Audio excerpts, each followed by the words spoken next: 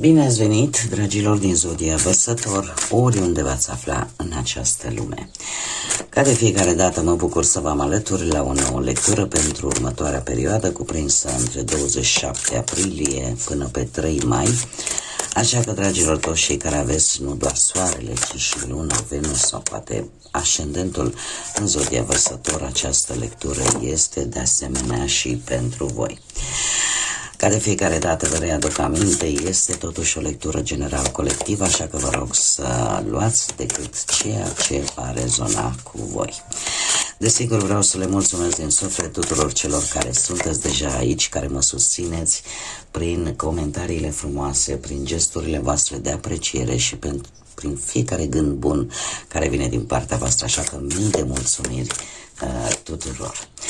Pentru cei care sunteți pentru prima dată aici pe canal, vă urez bun venit, iar dacă la finalul acestei lecturi simțiți că ați rezonat sau pur și simplu v-a plăcut maniera în care fac eu aceste lecturi, nu ezitați, dragilor, vă invit să vă abonați și desigur nu uitați să dați like. Like-ul este important pentru că face ca aceste lecturi să ajungă la cât mai multe persoane și oricum eu vă mulțumesc anticipat.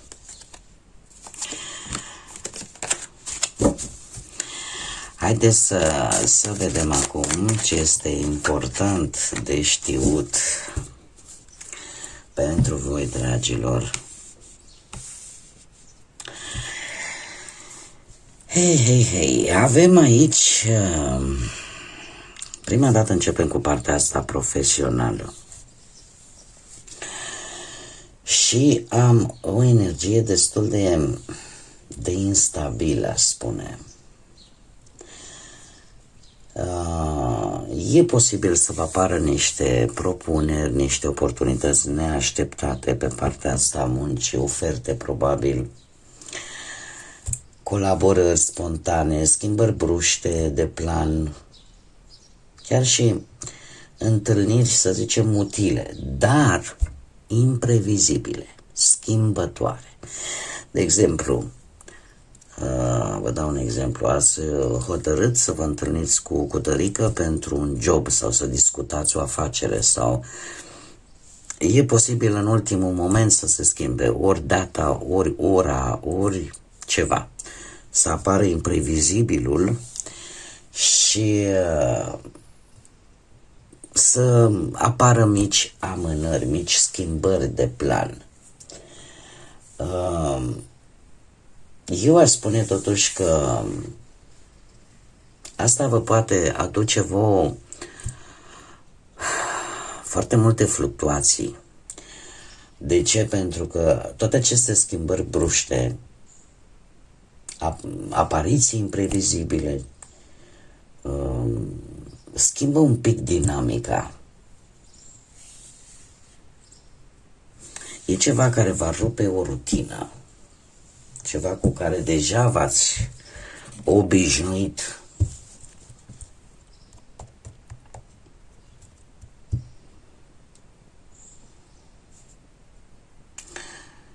E posibil să apară și o lipsă de control, să nu mai puteți voi controla o anumită situație legată de muncă, să depindă cumva de alții și de felul în care ei acționează. Avem aici Gemeni și Rac, mai mult Gemeni. Posibil să simțiți că cineva încearcă să vă cam ducă cu vorba, așa cu zăhărelul, cum se zice. O să vedem ce ne spune și tarotul. Avem pe partea banilor Cântărețul. Predomină, să știți, foarte mult zodia Rac. Zodia Rac predomină foarte mult. Pe partea banilor aș spune că există idei de a face bani, dar nu foarte, care, cum să spun, nu știu cât de tare vă și ajută să fiți și stabili din punct de vedere financiar. Adică există intenție, creativitate, așa, vă duce căpușorul să rezolvați poate o anumită situație, dar deocamdată nu aș spune că este o energie foarte bună de stabilitate financiară. E mai mult ceva bazat pe intuiție, pe instinct. O să dezvoltăm, cum am mai spus, cu tarotul. Pe partea asta, în schimb, a dragostei, relației, cei care vă aflați deja într-un cuplu, avem pe Kali, o zeiță pe cât de bună, pe atât de transformatoare. De ce? Pentru că, bine, are și zodia Săgetător, poate că unii dintre voi aveți ca și ascendent zodia Rac, zodia Săgetător, de ce nu? Kali, pe partea asta a relațiilor, aș spune că vine cu adevăruri. Adevăruri dure, spuse direct. Nu vreau să vă mint, e posibil ca unele relații în această perioadă să se rupă. De ce? Pentru că au fost bazate pe iluzii și la voi apare nevoia de sinceritate absolută. Există o transformare radicală în relația voastră sau chiar un final brusc. Vom dezbate și acest lucru. Cei singurei, în schimb, vă simțiți foarte vărsători. De ce? Pentru că vă reprezintă în totalitate pe voi felul vostru de a fi, felul în care voi vedeți relațiile, voi simțiți într-adevăr ceva neobișnuit față de o persoană diferită, față de o persoană care iese din tiparul obișnuit, așa, care iese în evidență cu ceva. Simțiți o anumită atracție față de această persoană, dar pe cât este de diferită atitudinea acestei persoane, să știți că și deciziile sunt la fel de diferite și foarte surprinzătoare. Vă puteți trezi ori voi, ori respectiva persoană să vă spună: hai, zi repede, ce facem, da sau nu, vrei să ieși cu mine sau nu vrei să ieși cu mine. Adică să știți că e o energie într-adevăr pe stilul vostru foarte imprevizibil și foarte rebel așa. Haideți să vedem ce ne spune tarotul pentru voi, dragilor vărsători, în perioada 27 aprilie 3 mai. Așa cum am mai spus, predomină foarte mult zodia Rac, predomină energia voastră și pe lângă mai avem și zodia Gemeni.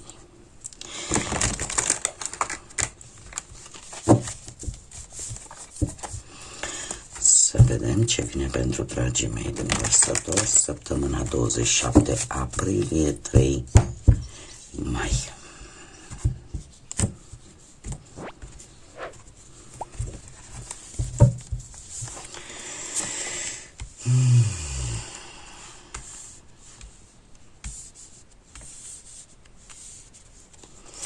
Și avem un 3 de bâte. Să știți că este cineva pe plan profesional, un răspuns, o persoană pe care voi o așteptați. Cu 3-ul ăsta de bâte și aș spune că e o...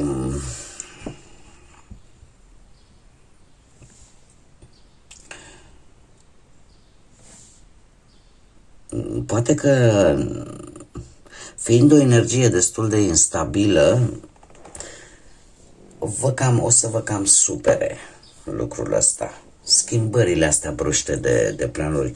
Nu știu, tind să cred că e vorba de un răspuns legat de muncă sau de un proiect pe care voi așteptați să-l începeți și poate ați depus actele, nu știu, pentru a vă deschide propria afacere. Și e ceva care vă tot amână, stai așa că nu e, stai că e mâine. Și lucrul ăsta o să vă cam, să zicem așa, vă cam necăjească un pic.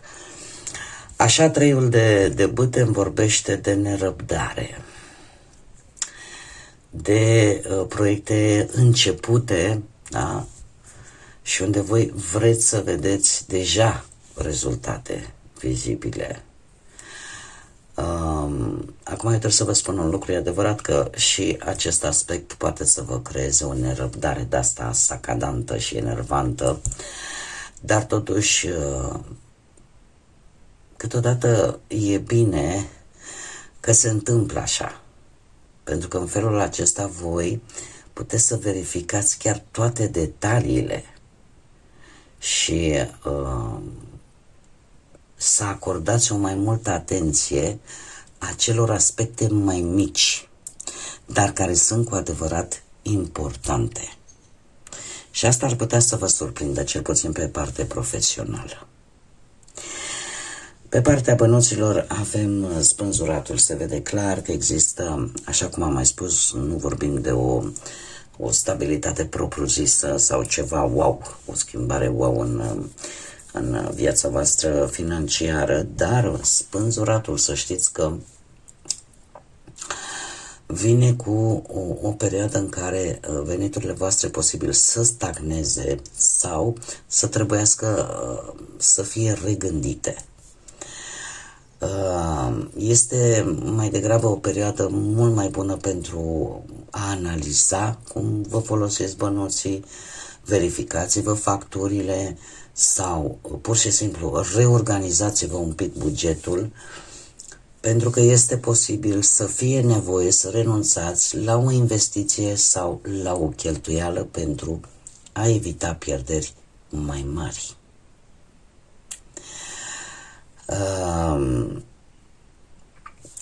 Tocmai de aceea avem și această carte a cântărețului, ca să spunem așa, de fapt așa se și numește, în care ți se spune că da, poți obține niște bani, nu știu, prin chestii creative, de artă, să zicem. Acum toată lumea pictează și dă cu ciocănelul de sculptură, da? Sau cântă. Dar, cum să spunem, în această perioadă lucrurile nu sunt, trebuie regândite, trebuie reanalizate. Nu, cum am spus, nu e o energie foarte, foarte stabilă. E destul de schimbătoare, tocmai de aceea este indicat să vă opriți, să analizați și să vedeți exact cam cum stă treaba, la ce trebuie să renunțați, la ce cheltuieli trebuie să renunțați, să vă adaptați practic. Așa că este spânzuratul aici are o conotație, zic eu, destul de pozitivă, pentru că vă oprește din a face greșeli legate de bani. Pe partea asta a relației, cei care vă aflați deja într-un cuplu, avem un 8 de bâte, să știți că se va petrece foarte, foarte rapid. Dacă vorbim de această ruptură, dacă vorbim de aceste adevăruri foarte dure, nevoia voastră de sinceritate absolută vine într-o manieră foarte rapidă și acest posibil final brusc la fel de rapid vine cu acest 8 de bâte. 8-ul de bâte îmi vorbește de o situație foarte dinamică și posibil ca această ruptură sau aceste adevăruri care ies la suprafață să vină aduse de evenimente neașteptate sau de vești care efectiv schimbă total ritmul relației, schimbă planurile în relație. Acum depinde de voi, dragii mei, pentru că 8-ul de bâte totuși vine și cu un mic sfat, de care fiecare, dacă vrea, ține cont, dacă nu, nu. 8-ul de bâte mai spune în felul următor, că de multe ori impulsivitatea poate genera, ca să spunem așa, aceste neînțelegeri și totuși este bine să nu vă grăbiți prea mult și să nu acordați timp. să vedeți într-adevăr de ce s-a întâmplat, de ce a existat această minciună, acest adevăr care a fost ascuns, dar aici depinde de fiecare dintre voi, de cum acționează și care este principiul vostru vis-a-vis de relații sentimentale. Cum vedeți voi lucrurile? Cei care sunteți singurei, avem Marea Preoteasă și, cum bine am văzut, Rebelul. La voi, dragii mei, așa cum am văzut această atracție neobișnuită față de o persoană mai altfel, da, să-i spunem așa, cu Marea Preoteasă se pare că te va incita această persoană mai altfel, o vei observa foarte bine înainte de a decide să te apropii și cumva există o anumită precauție. Va atrage că este diferită această persoană, dar în același timp încercați oarecum să aveți răbdare și să observați, să stați așa în poziția de observator, pentru că e ceva care vă intrigă, care vă atrage și vreți să înțelegeți de fapt de ce se întâmplă acest lucru. Chiar dacă poate să fie cineva care, cum să spun eu, să spună, știi ce, vrei să fii cu mine sau nu vrei să fii cu mine. Adică îți dă așa niște, cum să spun eu, îți dă decizii foarte rapide, care te pot da peste cap, te pot surprinde. Totuși se pare că sunteți dispuși să studiați, să vedeți, să observați.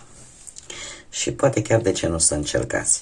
Surpriza săptămânii pentru voi este un paj de monede care vorbește foarte mult, mai ales pe partea profesională, de posibil începutul unui curs, unei recalificări, unei, cum să spun eu, unui nou proiect. Vreți, cum să spun eu, ce se întâmplă în această săptămână, chiar poate să se materializeze într-un nou început profesional sau în faptul că voi veți fi dispuși să învățați ceva nou. Nu știu, că faceți, cum am mai spus, o specializare, un curs, un proiect nou și vreți să le luați pas cu pas. Dacă vorbim de bănuți, acest paj de monede, ca și surpriză, îmi vorbește de oportunitate mică, este adevărat, care te poate ajuta să-ți crești finanțele, nu sunt cantități mari, și dar există un potențial de creștere și asta poate veni printr-o idee, așa cum bine vedem, pentru că sunteți creativi la idei, sau un nou job, sau pur și simplu o mică investiție acolo care cumva să-și aducă aportul la această ușoară instabilitate în finanțe. Dacă vorbim de partea asta a relației, să știți că, așa cum am mai spus, acest opt de bâte, pe cât de repede se vor desfășura lucrurile în relația voastră, cum bine am văzut, nu e o energie destul de dură, totuși acest paj de monede îmi spune că relația voastră poate să intre într-o etapă de construcție sau reconstrucție practică.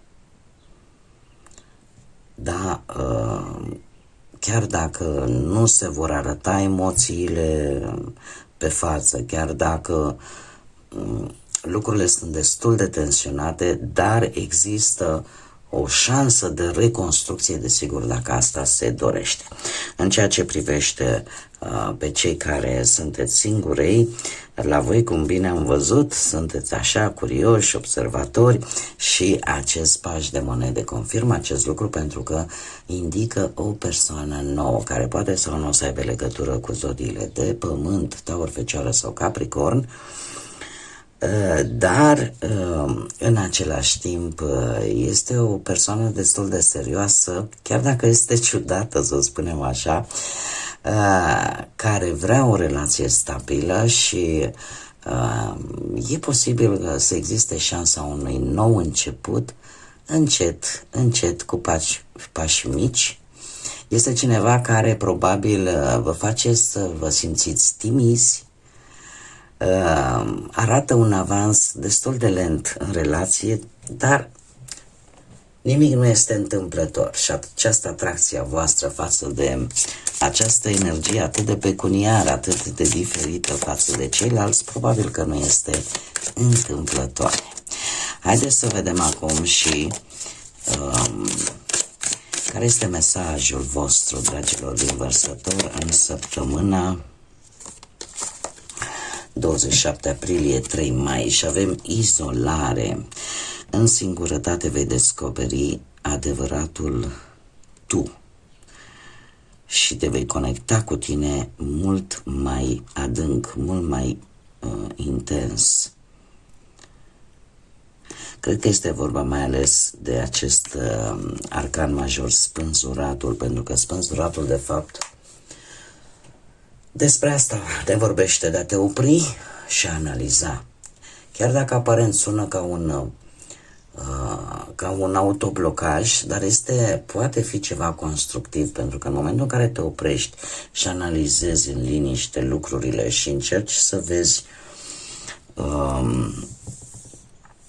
cam care sunt cu adevărat problemele, să le observi în profunzimea lor, aici poți găsi răspunsuri. Este probabil o săptămână în care este bine atunci când simțiți că sunteți tensionați, când simțiți că ceva vă depășește din punct de vedere, cum să spun eu, chiar și nervos, da? Sau, cum bine am văzut, o lipsă a răbdării. Ar fi bine totuși să încercați să vă găsiți un loc liniștit, să vă luați un moment de liniște, practic, și de analiză. Voi singurei. Bun, dragii mei, cam atât am avut pentru voi pentru această nouă perioadă. Vă mulțumesc tare mult că ați fost alături de mine, iar până data viitoare, când ne vom reîntâlni la o nouă lectură, nu uitați, suflete frumoase, să zburați înalt și să lăsați ca pacea, liniștea, credința și lumina să vă însoțească la fiecare pas.